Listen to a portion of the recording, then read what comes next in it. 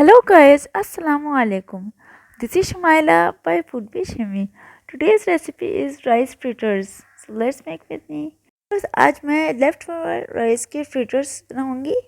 तो ये बहुत ही क्विक बनने वाली रेसिपी है, इवनिंग स्नैक्स है। तो चलते हैं, देखते हैं कैसे बनाते हैं।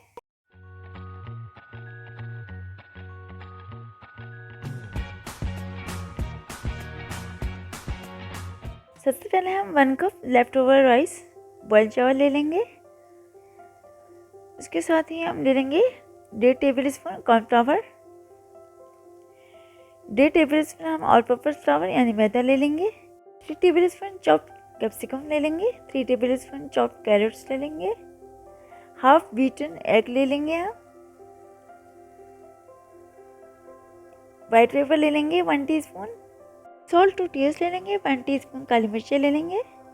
फिर एक बड़े से बोल में हम बॉयल राइस को ऐड कर लेंगे, साथ ही तमाम इंग्रेडिएंट्स ऐड कर लेंगे। हम गाजर ऐड कर लेंगे, चॉप की हुई शिमला मिर्ची ऐड कर लेंगे, हम कॉर्नफ्लावर ऐड कर लेंगे, साथ ही मैदा भी ऐड कर लेंगे, हम काली मिर्ची ऐड कर लेंगे, हम नमक भी ऐड कर लेंगे और वाइट पेपर भी ऐड कर लेंगे। हम ये बीटन एग है, इसको हाफ ऐड करना है। इसको अच्छा सा मिक्स करना है हमें अच्छी तरह, ताकि तमाम इंग्रेडिएंट्स सही से मिक्स हो जाए। फिर अपने हाथों की हथेलियों को थोड़ा सा ग्रीस कर लेना ऑयल से। फिर इसको छोटे छोटे से पोर्शंस लेके इसको बॉल की शेप में बनाना है हमें। अच्छा सा स्मूथ शेप दे देंगे हम बॉल का।